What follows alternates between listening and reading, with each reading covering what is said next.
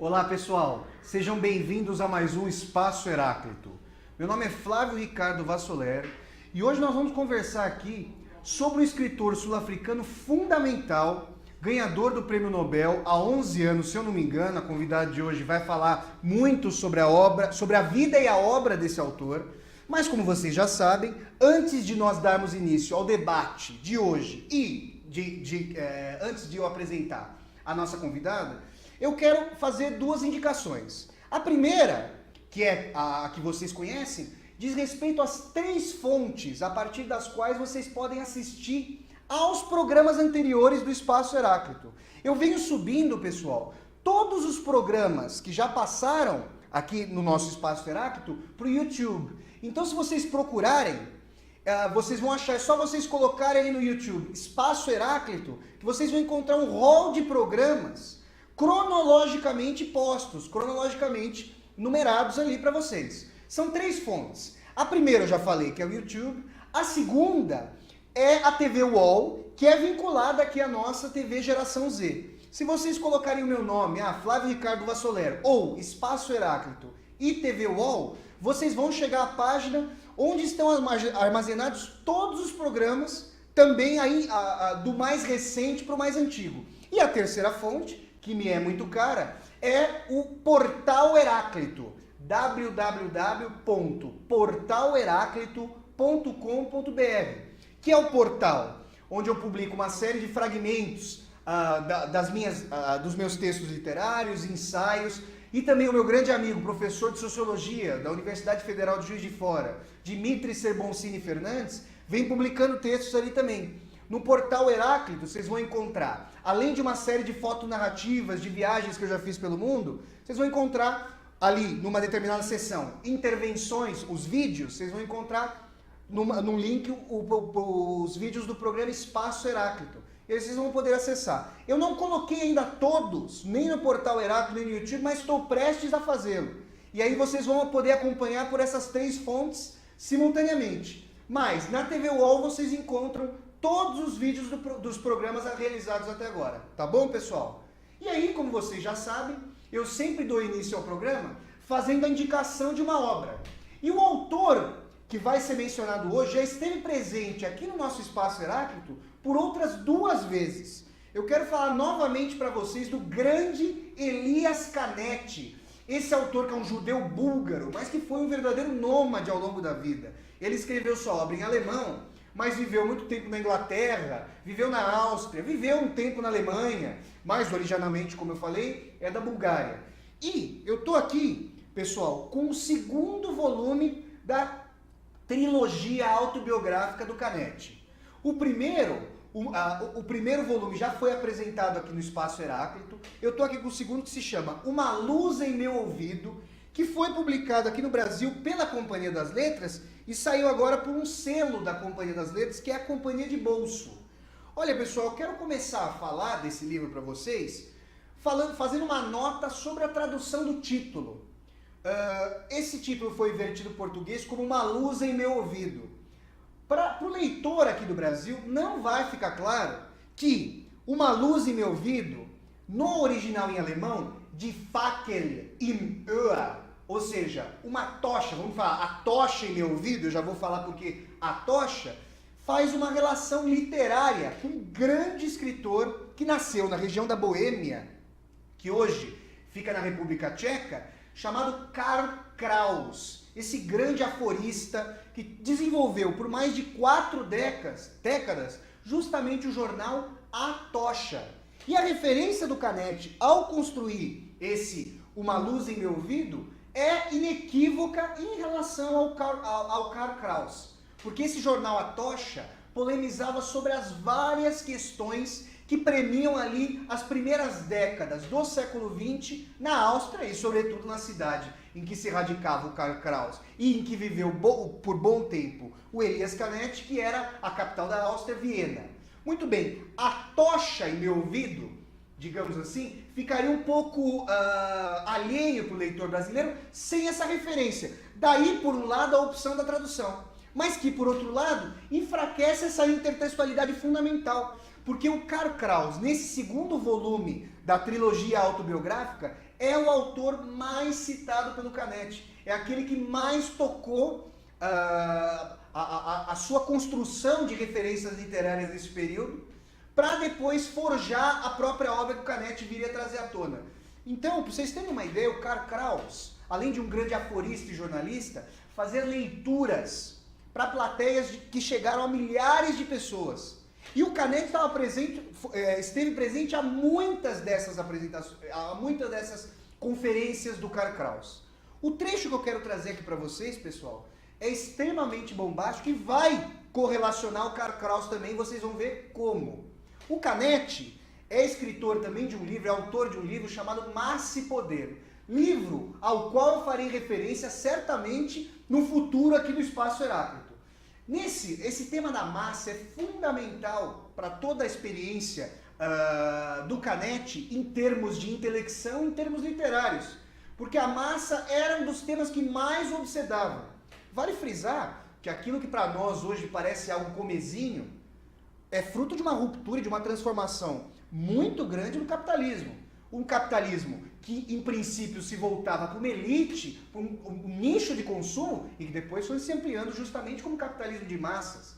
E aí as cidades acabam tendo novas demandas, novas construções. Bom, os moradores aqui da cidade de São Paulo sabem o que significa morar em uma cidade que é construída pela especulação imobiliária e pela exclusão, e que deve atender justamente a demanda de uma série de trabalhadores que tem que vir ao centro, a região privilegiada, para buscar sobrevivência. Nós assistimos todos os dias ao descalabro, que é o trânsito de São Paulo, o problema do transporte público, e esses temas perpassam a obra do Canetti. E aqui, o trecho que eu vou ler para vocês, de Uma Luz em Meu Ouvido, diz respeito a uma experiência de massa que o Canetti vivenciou, então, pela primeira vez. Mas uma experiência completamente traumática. Em 1915, ali em Viena, houve um confronto entre trabalhadores e municipalidade, autoridades municipais. E os trabalhadores puseram fogo ao Palácio de Justiça. Vocês recentemente sabem o que vem acontecendo ali na Ucrânia com os protestos? Bom, complicado chamar esses protestos de emancipatórios, que a gente sabe que tem uma série de grupos fascistoides ali que tomaram, depuseram o poder. Mas, de qualquer maneira, os snipers ali, vinculados ao presidente deposto, mataram, simplesmente fuzilaram uma série de pessoas. O número, se eu não me engano, chega a 70 pessoas. Nessa ocasião que o Canetti vivenciou, o número de mortes chegou a 90. E aí ele vivenciou essa experiência de massa, que seria a perda do contorno da própria individualidade. A dissolução do eu em meio a essa estrutura anômica, a essa estrutura amorfa, a essa estrutura caótica que é a massa. Essa estrutura que tem certos lances de espontaneidade, certas formas de irrupção, que tende a ser o ápice daquilo que ele vai chamar depois, tanto aqui quanto em Massa e Poder, o ápice do democratismo, da horizontalidade. Porque na massa, essa massa caótica que rompe, não a massa canalizada pelos comícios, e aliás, o Canetti viria analisar profundamente a noção dos comícios, da regimentação das massas, porque ele viveu essa época das primeiras décadas do século XX, em que o Partido Nacional Socialista dos Trabalhadores Alemães chegaria ao poder com a figura de Adolf Hitler, e ali os comícios abundariam a Alemanha fora. Essa questão que o Canetti vai trazer, que agora eu vou ler para vocês, mostra como ele sentiu a experiência da perda de si em meio à massa e o que aquilo poderia trazer para a tentativa de entender o novo tipo de sociedade que estava sendo forjada e as novas demandas que esse ente político, até então, é ausente no panorama da história.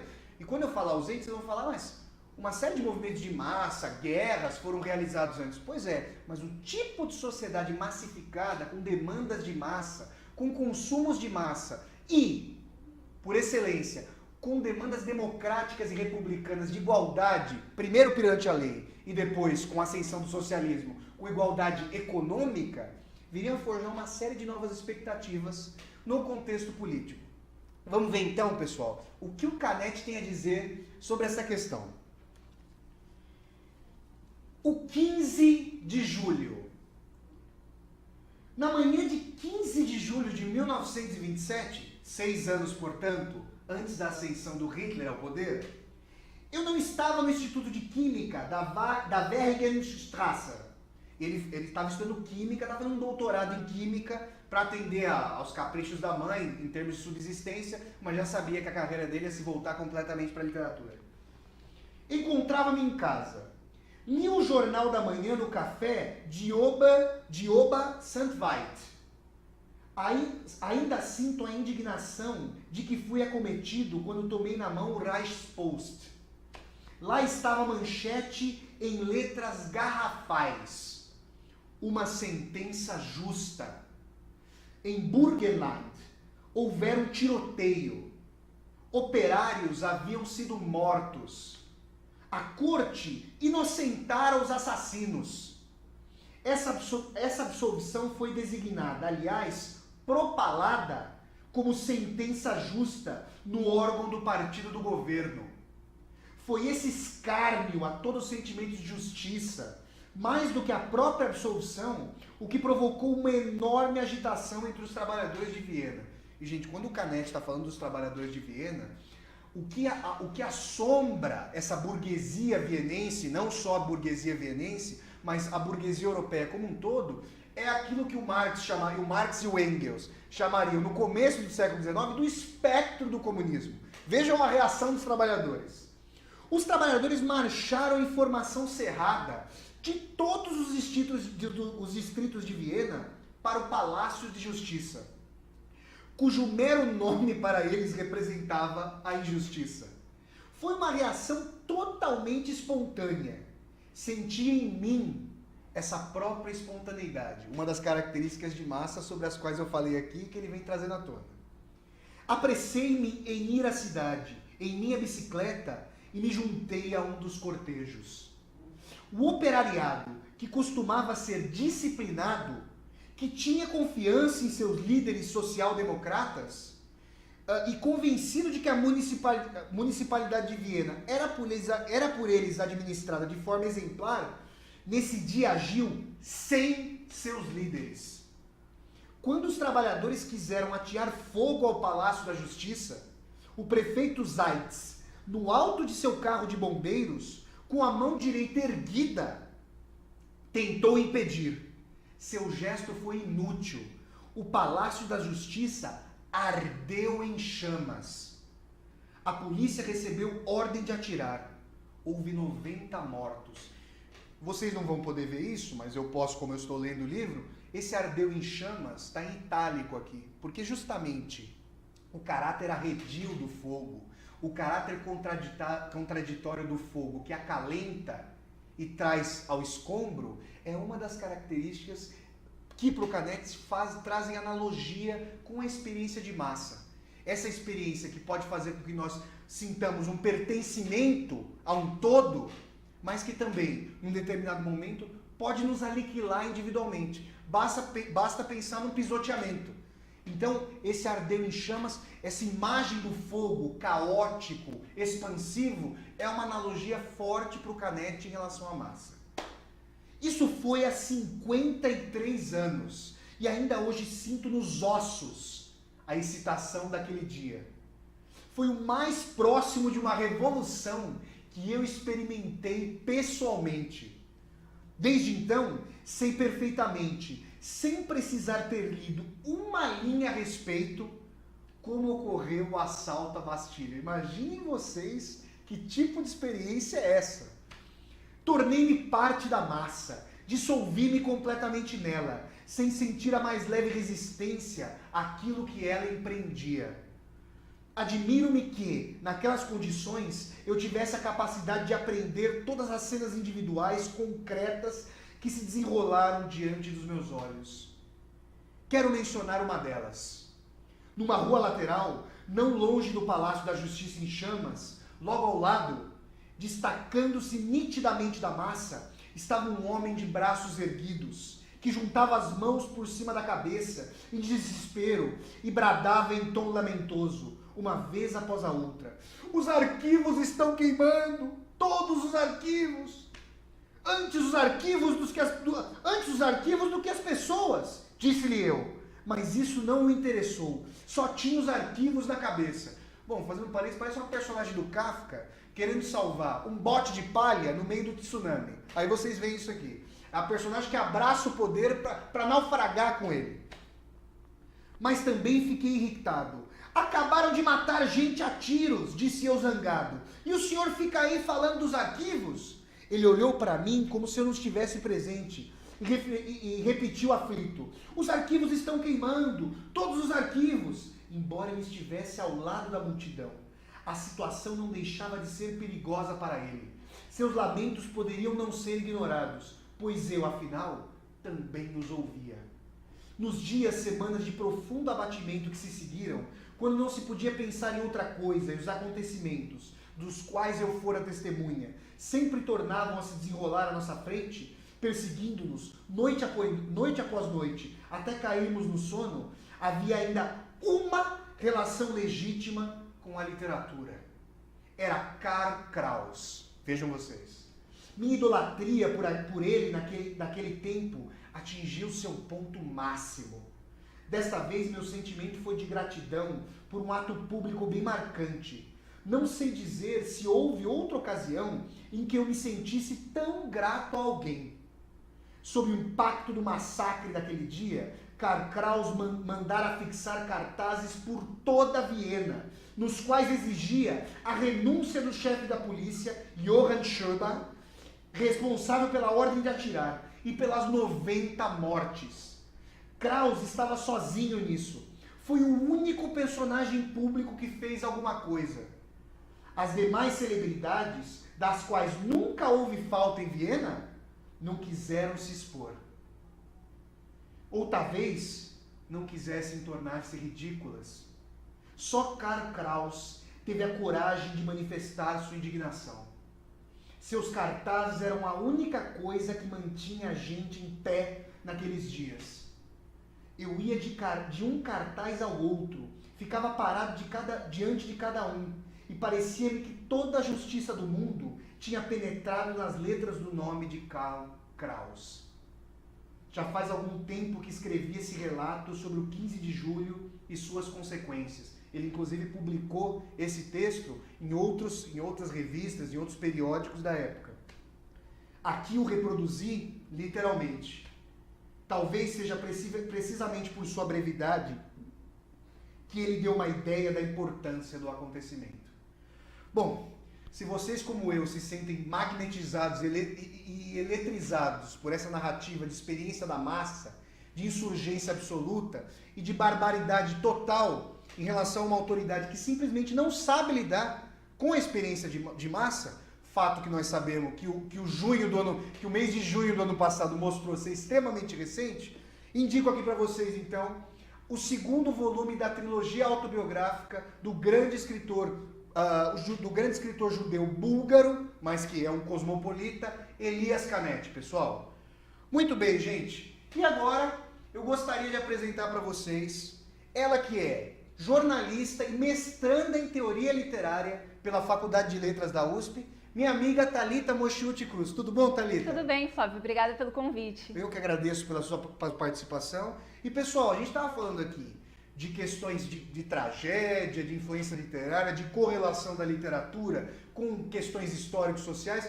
Nós vamos voltar muito a esse tema. Thalita, você está estudando dois autores, a gente vai falar sobretudo em relação a um deles, que é o Coetzee, o escritor sul-africano, e você também estuda o Beckett. Você vai correlacionar os dois e tal, mas aqui, para mim e para os espectadores do Espaço Heráclito, eu gostaria que você fizesse uma contextualização. Quem é Coetzee? Quem é esse grande escritor sul-africano?